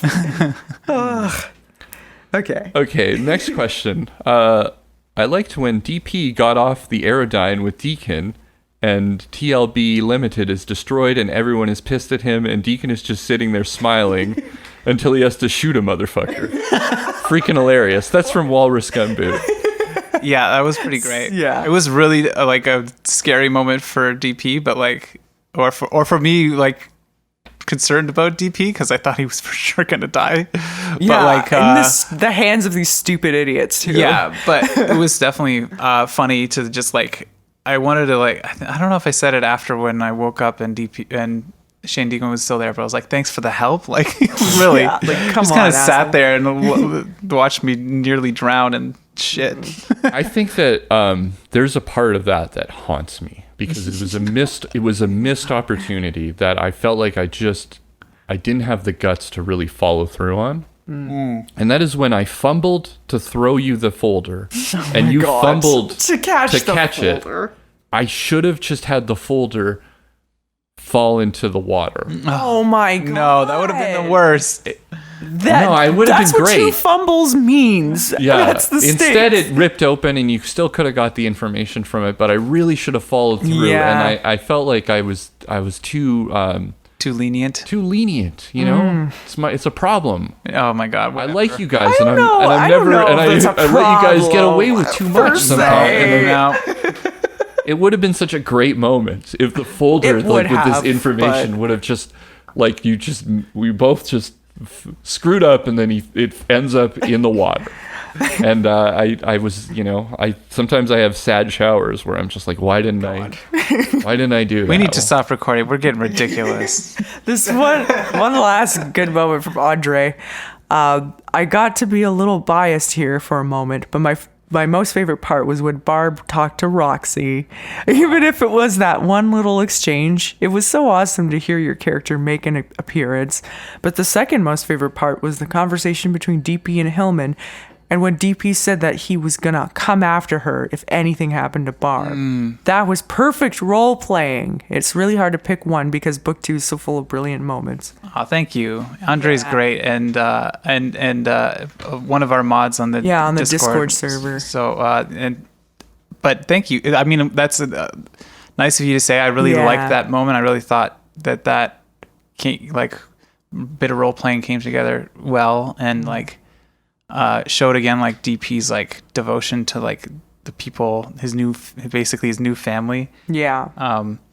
But yeah, that's one of the other proudest moments. I'm saying too many proudest moments now, but it's kind of a little one. Yeah. That I got like Dr. Hillman a couple of times and made her feel like shit a little bit, and pointed out her kind of bullshit and how she's so flippant with people, sort of just like treating them as just like expendable. And I was like, there's little moments in those conversations that I feel like it made it seem like there was a lot of tension there. So yeah, it was good for sure. Absolutely. Yeah. And I think one thing is that the NPCs that were Patreon created kind of came late in the story.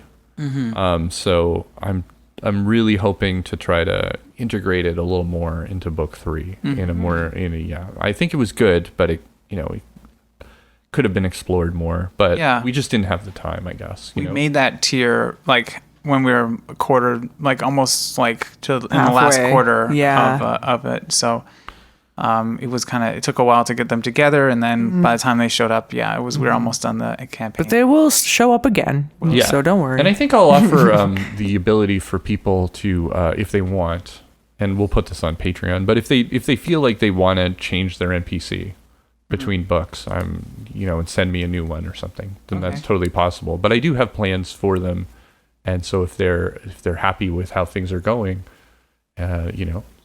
stay tuned, because they'll definitely come back for book 3. Cool. I'm glad to hear that. I legitimately love all the NPCs, fan-made NPCs, because they're so interesting and diverse, and Roxy,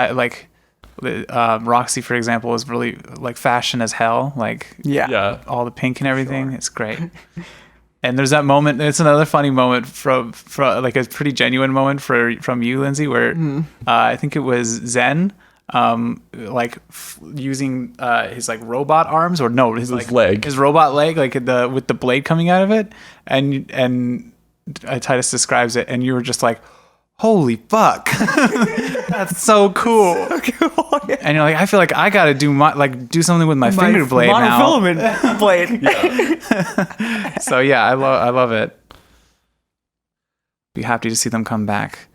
For sure. It's been great to have that kind of engagement, and to have other people kind of like add creatively to this project. So it's been super cool, and I love the challenge of writing in these characters. And there are some great NPCs that couldn't make it into book 3 that I am so psyched to add into book.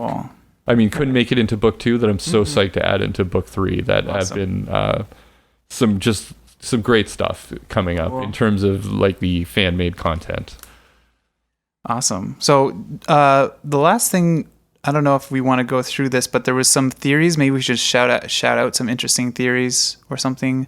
I mean, a lot of people just made some really great observations like early on, and I think Max Fairlam, hello Max on our Discord, has just been really good about kind of like going through everything and figuring things out ahead of time. Predicting things. And everybody in the Theories channel has had some really interesting kind of, even if some of those things didn't end up being true, or I mean true in the sense of how the game ended up playing out. They've just been really thoughtful and cool. And Smooth Larry did a whole thing about kind of looking at things through Alice's point of view, which I thought was just a really kind of interesting way of thinking about the world of Alice, So there's just been some exciting. I just love that people are theorizing about something that I've made too. I think that's super cool because I love theorizing about the projects that I'm interested in. So it's cool to see people kind of engage with them on that level. And I think it's been a fun mystery, and hopefully it paid off, for everybody. I know that not everything could be answered, and some things have to be ambiguous. So I hope it was the right balance for the listeners to feel like they had a satisfying ending, and that there were some things that are kind of ambiguous, but not in a way that left them feeling like they didn't get it. The ending they wanted or something, I guess, or whatever, or they want. Yeah, I said it at the end of episode 19, the finale, and I'll say it again. I think you did a great job, and like I felt like the ending was very satisfying to me, and it was one of the most like I've never played a role-playing game as long as we've played this one, but it was a really fun experience. So yeah, I did a great job. Thank you. So let's move on to some announcements. That's it for all the navel gazing, dark future dissection, and the dissection. So let's talk about some exciting announcements. First of all, we are having a Halloween live stream on the 31st at 7 p.m. Eastern Time. October 30th on Halloween night. Yeah. Spooky. Yeah. So, show up it will be on our YouTube channel. Search Rocket Adrift on there. Cartoons. On YouTube. And is it still Rocket Adrift cartoons? Cartoons. Oh, well, darn. What can you do? Yeah. So you can show up there. We'll also obviously post about it on Discord and Twitter. So if you go and join the Discord or follow us on Twitter at Rocket Adrift, you get all those fun updates. You'll get that. We'll also post it on Patreon as well. So you can show up for that. We're going to be playing a Call of Cthulhu kind of homebrew game that Titus will be GMing. It's going to take place in a dark future kind of Cold War stuff. Do you want to elaborate a little bit, Titus? Yeah, just to say that it's a dark future, to stay with the brand, where the Cold War never ended. It's going to be inspired a lot by Control, SCP, the X-Files, and a little bit of maybe Metal Gear Solid in terms of, and it's going to be through, you're going to play agents, basically. Cool. And it's going to be, you're going to try to make it nice and spooky. So we're going to have a lot of fun. It's going to be a new system, so go easy on me. But yeah, we're interested in trying it out and doing something spooky. So join us for Halloween, please. Yeah, hopefully you join us, and we'll chat a little bit before and after. Dress up, even if you can't see us. Maybe we'll take some pictures. But yeah, that will be hopefully a great time, and we'll see you then. The other announcement is something you might have already heard. I've talked about a little bit on the podcast so far, but we're doing the Fast and Furious in that first episode will be coming out in 2 weeks. I'll be GMing that, and it's kind of a Fast and Furious, I guess, parody or style game taking place in the world of Cyberpunk Red. So again, thanks to Artelsaurian Games for sending us that beta. We've been using that, and we've already recorded a couple episodes, and I had a great time. Yeah, and it was super fun. I got to play a shark exotic techie. And I tried on a character voice, and I think it worked out, so get excited about that. Your cringe radar is going to be off the charts for this. I tried a New York accent. It's not great. You shouldn't nail it down where the locale could be, because then it could be kind of ambiguous, but I guess it's too late now. It's a Night City accent. Night City, sure. And I play Anne Bonny, the bunny exotic, and Lucky, a.k.a. Lucky. Yeah, nickname Lucky. And You're a and I'm the driver nomad. Nomad. Yeah. Yeah, it's something kind yeah. of... Sorry, if you had more to say. That's Sorry. okay. Yeah, it's just something a little bit more lighthearted to give us some time to... to give Titus some time to plan book 3 and stuff, and also just a fun break. It's fun to play a character. I'm having a great time. Yeah, to mix things up a little bit. I've been wanting to GM again, and for whatever reason, I've been wanting to GM again, and I'm now suffering the consequences of that decision. But I'm just joking. I'm having a good time. So put upon. But yeah, it's going to be about a 6-episode arc, and we'll then be returning to book 2. Book 3. So yeah, stay tuned for that, and join in and get fast and furious with us. And furry. And furry. And whatever a shark is. Yeah. That's it for announcements. And now we just want to take some time and say some thank yous to everyone that helped kind of this podcast going, and all the people that have supported us over this time. First of all, like I've said multiple times, Artalsaurian Games, the creators of Cyberpunk 2020 and Cyberpunk Red, have been very supportive from the beginning of this podcast, back when we were just, like in book 1 and didn't have a lot of followers. They were just already very cool. And if you don't know, they made character sheets for the Jumpstart Kit that include DP, Barb, and Sleazy Chan and Alloy Knight. And Alloy Knight. Yeah. We sent them over our stats, and they put them into their character sheets and stuff like that. So that's really cool, and yeah, they've just been great overall. Definitely. Big thank you to our Patreon producers, Christian Fish and Zetz. Without help from our patrons, we wouldn't be able to kind of push the boundaries of this podcast the way that we are. Yeah. Patreon producers certainly help out immensely with that. Yeah. All the patrons, even. Any support. Yeah. It's been great. Yeah. Like we've seen a growth in our Patreon over book 2, and that's really helped us out in a big way. I want to invite everyone to follow us on Twitter at Rocket Adrift, and find our Discord. It's public Discord, so you could just search Dark Future Dice Rocket Adrift on there, and you can find our server. And I'd like to thank our mods from the Discord, Kieran and Andre. They've been super helpful and on it, and they're just fantastic, and funny just friendly people, and just and friendly. welcoming. Yeah. If you're part of the Discord, you may remember that we had a character that we made via voting on our Discord. Discord chan. Mermindy 5000. No, it's Mermindy Brinsfingers. Okay. Well, I voted for Mermindy 5000. Well, the winner was Discord chan. Yeah. So and that was completely run by the mods, Kieran, and spearheaded by Kieran. So thanks again so much for keeping the Discord really fun and and cool and safe and all those things, and just being great people. Yeah. I want to thank everyone who reviewed and rated our podcast. I mean, we have, I don't even know how many 5-star reviews across our conglomerate podcasting podcatchers, but it's kind of immense and overwhelming how much great kind of feedback we get on those things. And I know a lot of people on Spotify aren't able to do that.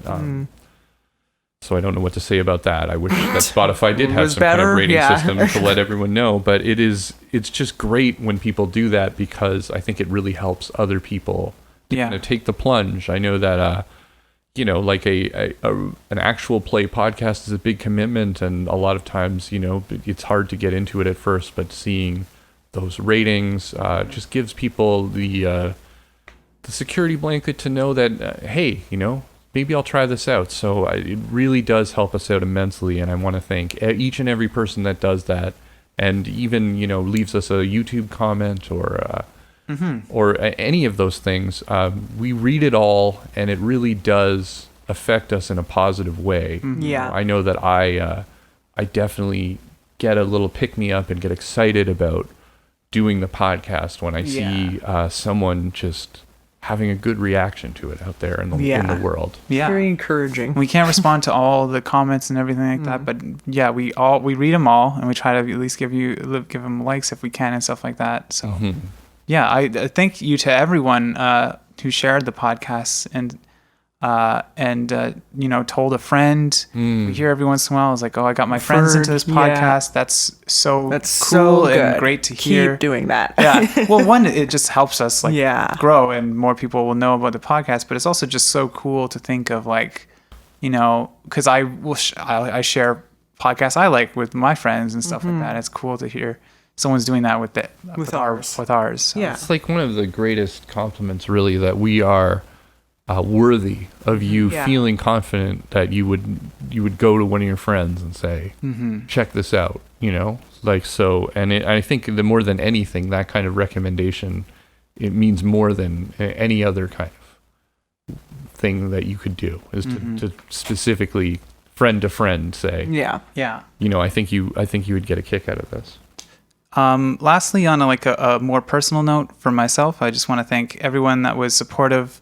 Another big thing that happened between start of book 2 and the end of it was I came out as non-binary, and everyone on the Discord and everyone on Twitter has been super supportive of me. And so yeah, I just want to thank all of you for being very cool about it and very supportive, as well as all the people in our community who are LGBTQ and plus, and who have, really shown me that it's okay to be out, and it's okay to, and they're all very cool and very... We have a good crowd. Yeah. So I think that's just a great reflection of the kind of people that we've cultivated as fans, that they're cool like that. And that's such a fantastic feeling to know that we can, that we have the type of people that can do that.